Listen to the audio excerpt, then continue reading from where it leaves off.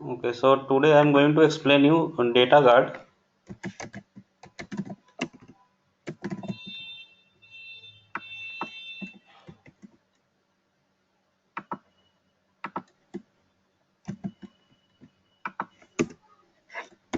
Okay, so what is a data guard actually? So data guard is a set of services. Data guard, it provides a set of services through which you can create, maintain and manage or monitor one of the standby database. So you can manage one or more than one standby databases. So what is a standby database? A standby database is the transactionally consistent copy of the primary database. So whatever the changes we do on the primary database, the same changes will be applied on the standby database.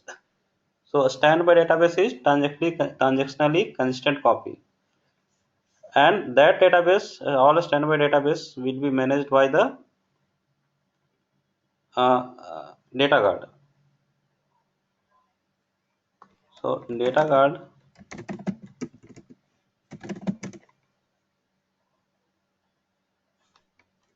provides a set of services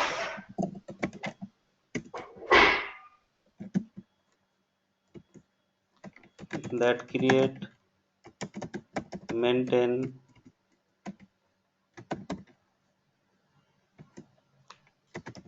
manage or monitor one or more standby databases. Okay, and So why? Subhash, on the standby database, can we perform a write operation also, or it is only used for read operations? Continue with the session. I will explain you. Okay. Okay. Okay. So this database data guard provides a set of services that create, maintain, manage, or monitor one or more standby database. So why we use standby database? So if the production database becomes unavailable because of planned or unplanned downtime, unplanned outage, so data guard can switch one standby database to the production database.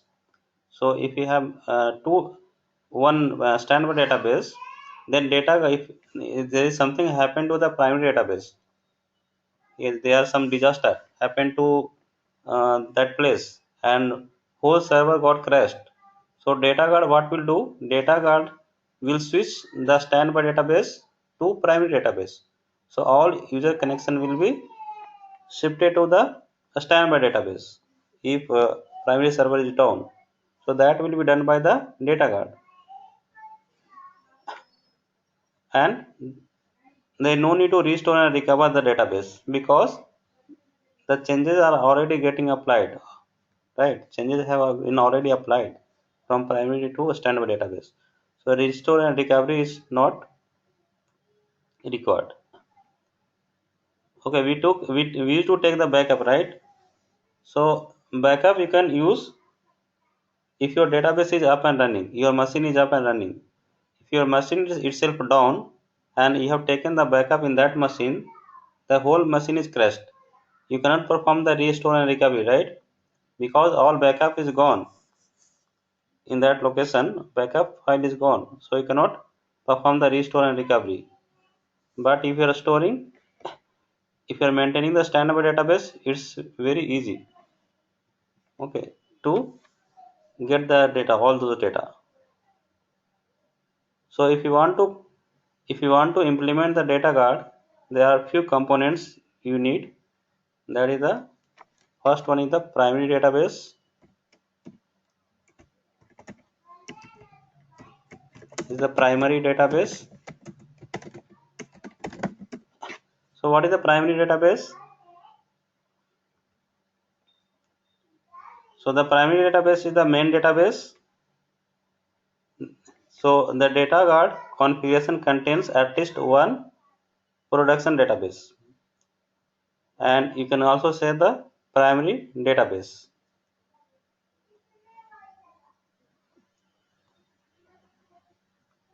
So this is the database, this is the primary database which is accessed by most of your application users. Okay, this main database, primary database is the main database that will be accessed by most of the users. And then we must have at least one standby database. So what is a standby database? A standby database is a transactionally consistent copy of the primary database, and you can configure up to 30 standby databases from 11G on R2 onwards. You can configure up to 30 standby databases, but before that you will be able to configure only 9. Okay, and in a standby database, using a backup copy of the primary database, how you can create the standby database using the backup copy of the primary database, you can create the standby database, and you can create up to 30 standby databases in 11G R2 onwards, and you can assign all the databases standby database in DataGuard's environment. You can add all the standby databases in DataGuard environment. And once it is added in the DataGuard environment, DataGuard automatically maintains each standby database by transmitting the redo data. So how the standby database will be consistent with the primary database? So you know that whatever the changes we are making on the database, that changes is getting applied where? In the redo log file, right? Whatever you are making changes, the changes will be stored in the redo log file, and ultimately it's getting stored in the archive log file. So if you want to maintain the consistent copy, then whatever the changes we are making on the primary database, it has to be shipped from the primary to standby. So from primary, all archive log file is getting shipped from primary to standby, and there it is getting applied the changes. So how the synchronization is happening? Through the redo log file. Okay,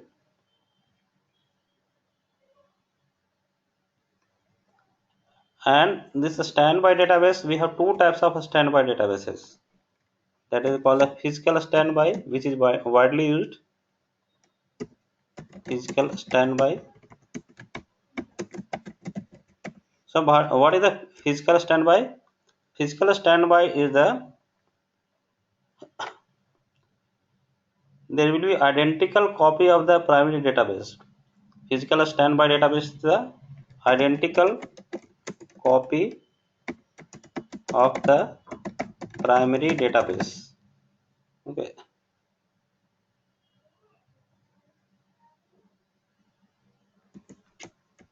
On a block.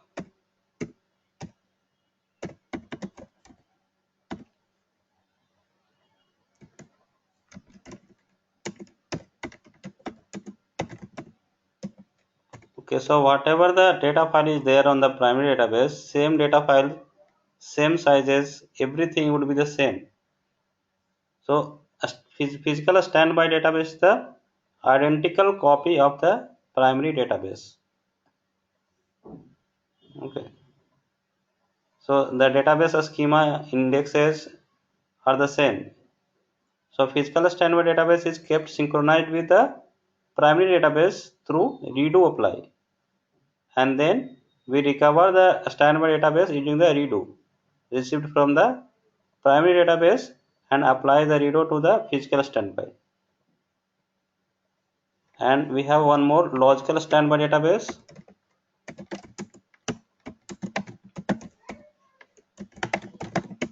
So the logical standby database is we use for the reporting purpose. We use the logical standby database for reporting purpose. So it contains the same logical information. Logical physical structure might be the different, but it contains the same logical information as the production database. Physical organization and structure of the data can be different on a standby database, but logical will be the same, means tables, view, indexes, all would be the same. So the logical standby database is kept synchronized with the primary database through SQL apply. Okay, it will synchronize with the SQL apply, not through the redo apply. So what we are doing here, we receive the redo. This standby database will receive the redo from the primary database, and then redo is not going to apply on the data file. What is going to do, it will execute that redo entry will be converted to the SQL statement directly, and user will get the data from the redo received from the primary database directly. They no need to apply the redo in the data file. So the logical standby database can be used for the query purpose, reporting purposes. Okay, so I will show you the data guard configuration. So this is the data guard configuration. If you want to configure the data guard, you must have at least two machine. One machine, this is the our production database. So production database is there in USA. Okay, so most of the users are accessing the production database. All application, most of the application users are accessing the production database. Okay, this is for end users. Now the standby databases, a standby database is there in India, and on this is server 2. Okay, server 2.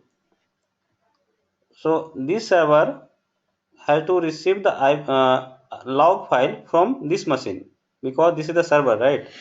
This is the production database. So whatever the log file is getting generated here, all log file has to be shipped from this machine to this machine. And then here, once the log file is received, here we need to perform the recovery. Okay, database recovery, we need to perform it. Then this database, standby database, will be synchronized with this database, right? So if this server, if you want to connect this server from this server, then we have to configure here what, this is the main server, right? So this is the server, and now this is the client, right? So this server wants to receive the log from this server. So here you need to configure the listener, and IP address of this server is this 192.168.50.45. So you need to configure the listener on this server, and here you need to configure the client name, TNS name. So TNS name, through TNS name we are connecting the primary database, right? And we are receiving the log from primary to standby using the network.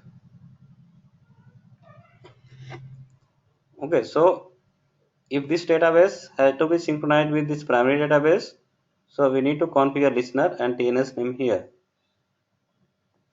So there will be here the log file will be shipped automatically.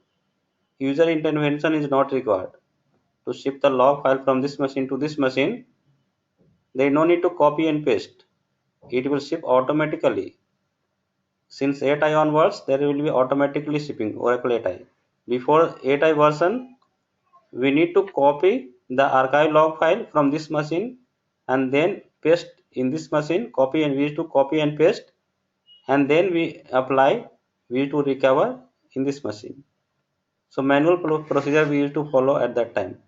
But from Oracle 8i onwards, this is automatic transfer. Whatever the log file is generated here, archive log file will be transferred automatically using the network. Okay, so here we have configured the data guard. This is a standby database, and this is the primary. Now this is the primary,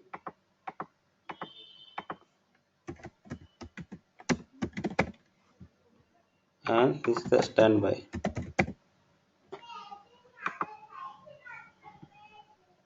So primary standby database is synchronized with the primary database using the redo apply. Now we are changing the mode. I want to perform maintenance activity in this machine.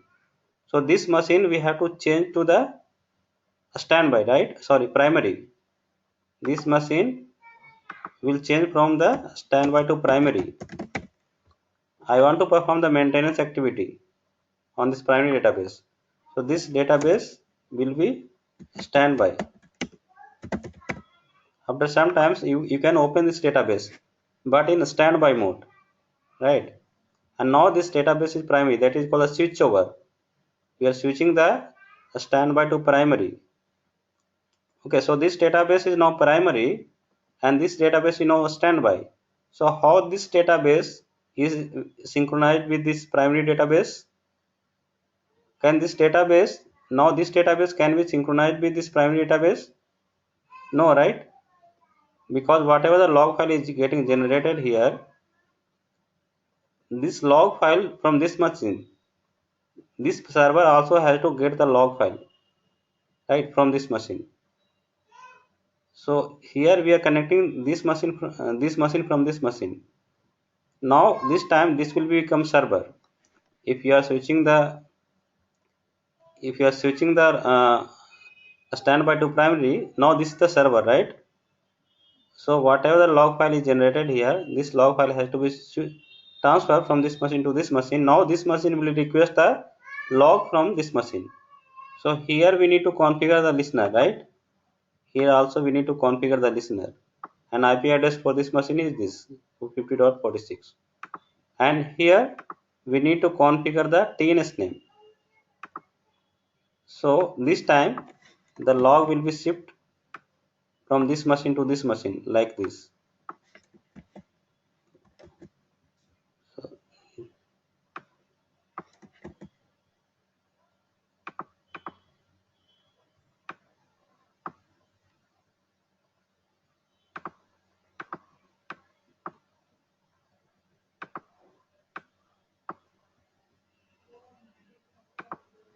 Okay, so now this time the log will be shipped from this machine to this machine.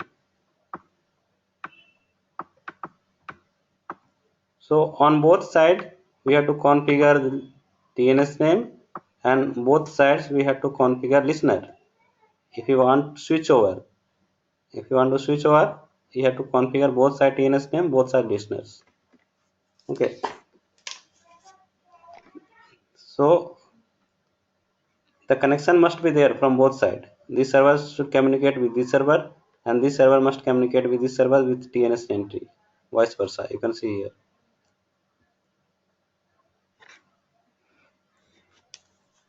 Okay, so this is our data guard configuration.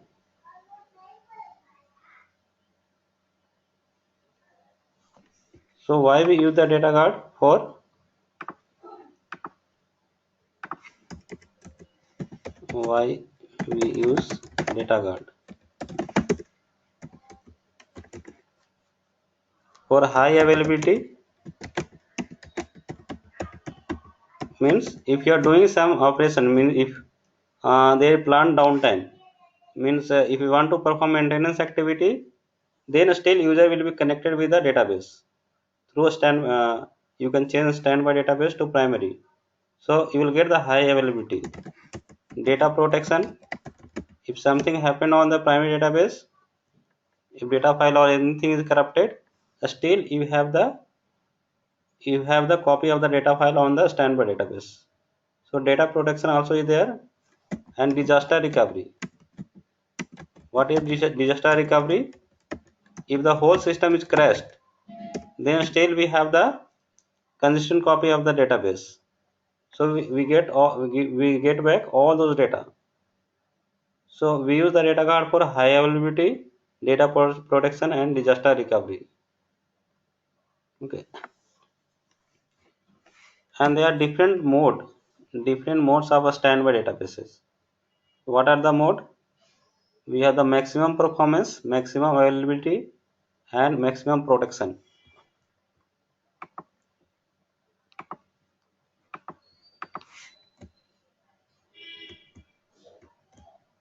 So what is the maximum performance? Maximum performance means this protection mode provides the highest level of data protection that is possible without affecting the performance of primary database, and this is accomplished by allowing transactions to commit as soon as all redo data generated by those transactions has been written to the online redo log.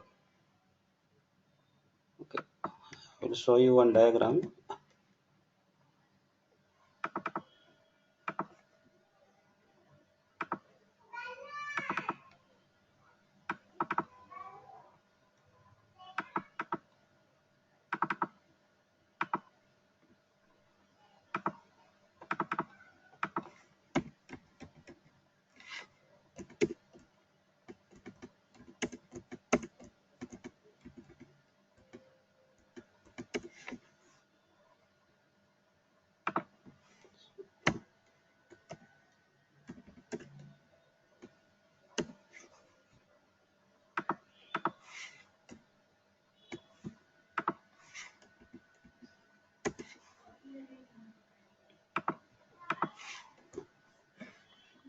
Okay, so everyone know that this is only for primary database.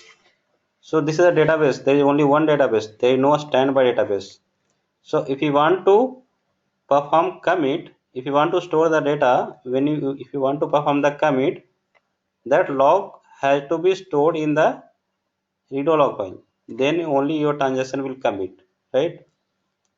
If the if your log is not stored in the redo log, your transaction will not commit. Your transaction will not commit if the log has not been written in the redo log files. Okay, and once it is written in the redo log file and once it is filled up, then the log will be copied from the redo log file to the archive log file to store permanent, right? Using the archiver process. So everyone is aware of this concept. Your transaction will commit only if that redo has been written to the redo log file. So your transaction will commit.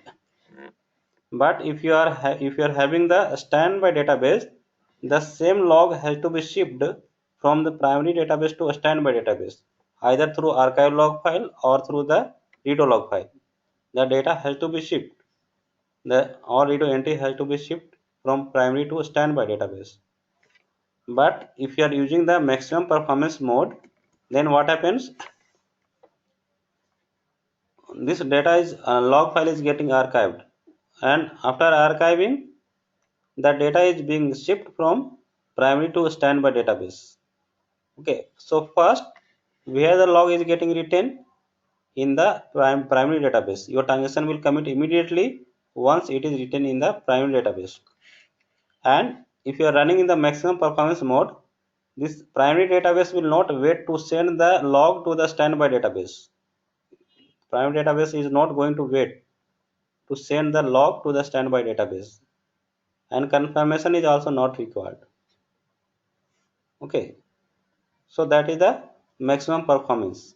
But if you are running the database in the maximum performance mode, there is less data protection. Why? Because your transaction, you can able to commit the transaction, but still if the log is not getting shipped, then you will lose some transaction, right? Because few transaction has not been shipped and your transaction is committed, because this database is not going to wait to ship the transaction to the standby database. So you will get less data protection, but your database performance, there is no impact on the database performance.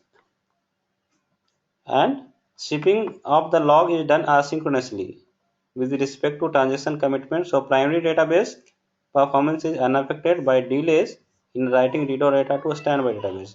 If there is some network delay from primary to a standby database, then the primary database will not get impacted if there is network delay between primary to standby database.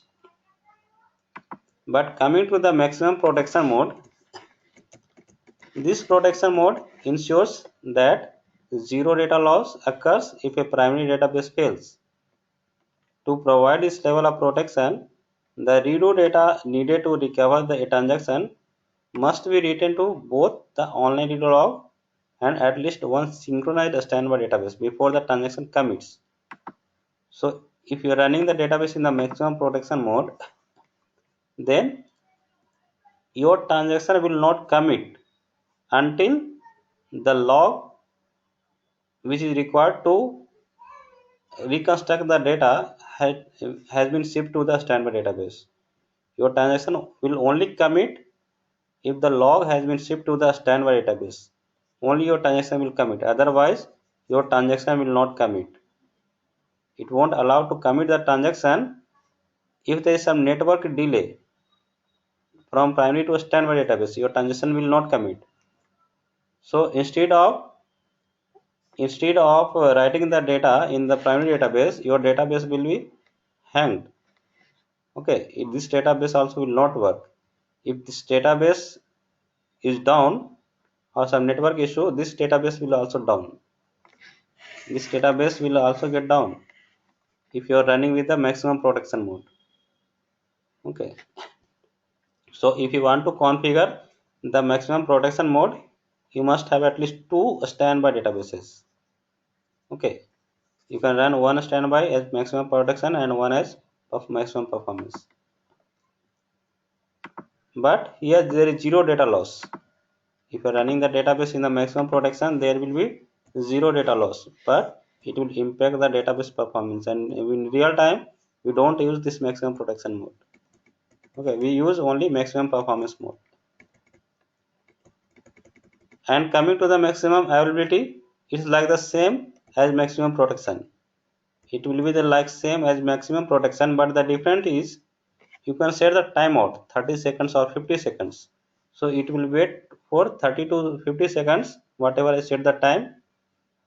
Okay, if the network issue is resolved, then it's okay. Otherwise, so till 30 seconds, it will work like maximum availability mode. Your primary database will not be down for 30 seconds. And again, if the network issue has not been resolved, then it will go to the maximum performance mode. It will work like a maximum performance if the network issue has not been resolved. And whenever the network issue is resolved, then it will ship all log files. But it's not, but it will impact your primary database because the log has to be shipped from primary to standby immediately.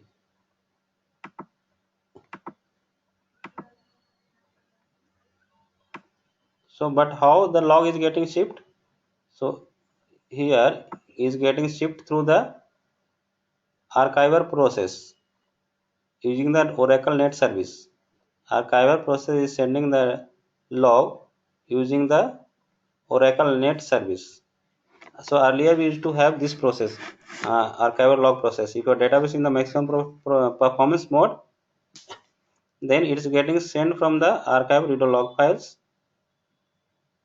and this is done by the Oracle Net listener and TNS name, right? And who is receiving? On the standby machine, there is a process, remote file server process. So remote file server process will receive the log from primary database, and then once the log has been received here, the log has to be applied right in this database. Then the changes will be made in this database. You receive the log file from primary to a standby, but log has to be applied in this standby database. So how to apply the log? There will be automatic recovery. Here automatic recovery will be done. Once it is received, this log might get archived or directly it will be applied from the standby log file. So first it will be written to the standby log file, then this side also the log will be archived. Either it will be written from the archive log file, sorry, the changes will be applied from the archive log file or edo log file. That is called the managed recovery process. If you are using the physical standby database, there is a background process. That is the MRP, managed recovery process. So this managed recovery process will recover the database. Okay, so here we recover. How we do recover? Manually, right? Recover database command. But here in this standby database, the recovery will be automatic. Okay, you have to keep the database in the recovery mode. So recovery will be done automatically. Okay, now coming to the maximum protection mode. If you are running the database with maximum protection mode, then log writer. Now this time log writer will send the log to the standby database. It is not going to be archived, not sending from the archive log file. So from the log writer is self sending the data log. As soon as you update any transaction, that log has to be shipped from primary to standby database before the commit, and at the same time online redo log file. So log writer is writing to the online redo log file as well as the log network services, and remote file server process is receiving the log and then it's applying. And here if you are using the maximum protection mode, you have to mention there are two types of log shipping. One is the archive through the archive redo log file, and another is the directly through the redo log file using the log writer. So in parameter file you can mention like this. You can in the parameter file you can mention like this, like this is sync service equal to this machine and log writer. If you mention the log writer lgwr, then log will be shipped through the log writer, and sync and also affirm. So sync means if you mention the sync, then the log has to be shipped from the primary to standby database before the transaction commits. If you mention the sync, so only your transaction will commit if the log has been shipped from primary to standby. If you mention the sync, and affirm, once the log is received, then this standby machine remote file server process will send the information to the log network services that we have received the log from you. Now you can commit the transaction. So confirmation is required from the standby to primary. Okay, then the transaction will commit. So if you are using the sync, affirm is default, and log writer you can also mention the async. If you mention the async, this will be no affirm. So you can also send the redo from the directly from the log writer, but it will asynchronous. Means if there is some network delay also, your database will not be down. Once the network issue is resolved, then it will ship that log file from the archive through the archive redo log. Once if it is archived, if there is some network delay, then if you mention the log writer also, then in that case also it will send through the archived redo log if there is some network delay. So if you mention the affirm async, and no affirm, confirmation is not required. Confirmation is not required if you mentioning the async.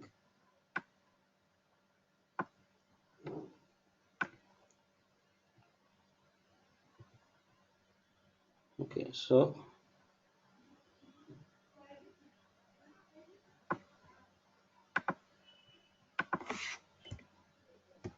this is the availability database role, standby database role, and how to change the role transition. There is something called the role transition. How to change the database role, standby database role. So there are two roles, switch over and failover. So switch over is the planned. So if you have a standby database, so uh, at the time of planned outage means if you want to upgrade your primary database server, if you want to add extra RAM, if you want to add extra hard disk, so you need to shut down the machine, right? So that is the plan. So at the time of planned outage, you can switch a standby database to the primary database, right? And then after the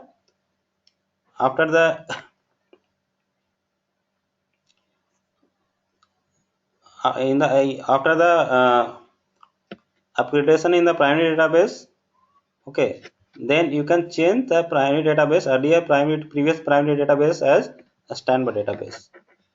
right? After you have made the configuration, change the configuration. So that is a switchover. But failover is if the primary database is crashed, that machine itself, whole machine is crashed, then switchover will not happen. Switchover will not happen, right? Because your primary database is crashed. So that time the failover will work. So failover, this standby machine will automatically will become the primary database. But what is for primary database? It's crashed.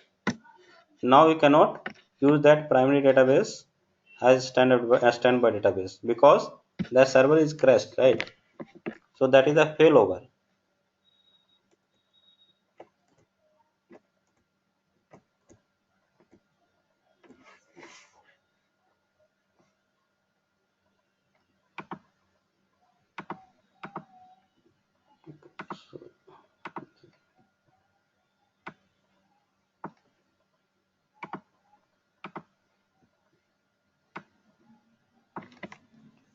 Okay, so this is a data guard architecture.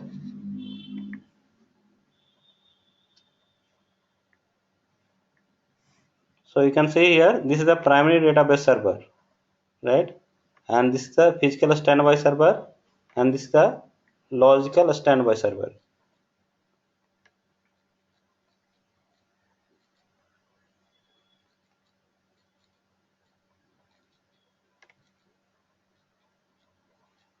So you can see here, the here from the log is getting shipped from the archive log file, right? And it's getting applied, physical redo is getting applied in the database, on the physical standby database, right? Using the MRP process, managed recovery process, is getting applied through the MRP process. So archive log file or log file is getting archival process or log writer process will also ship the log from primary to standby, physical standby, and then the redo will be applied in the physical standby database. But coming to the logical standby database, it will receive the redo from the log writer, and then the redo will be changed to the SQL statement, and then it will be applied in the database. Okay, so it will change the logical structure, not the physical one, and then user will access the data for reporting purpose. You can use the logical standby database, but from 11G onwards you can also use the physical standby database for reporting purpose. That is the 11G new feature. Okay, that is called the active standby database. So I will show you how to configure the active standby database. Okay, so here the changes are applied using the MRP process, MRP background process. But how the changes are getting applied here? There is one more process, background process here. For this, that is called the LSP process. Here changes are getting applied using the MRP process, but here using the LSP process in the logical standby database.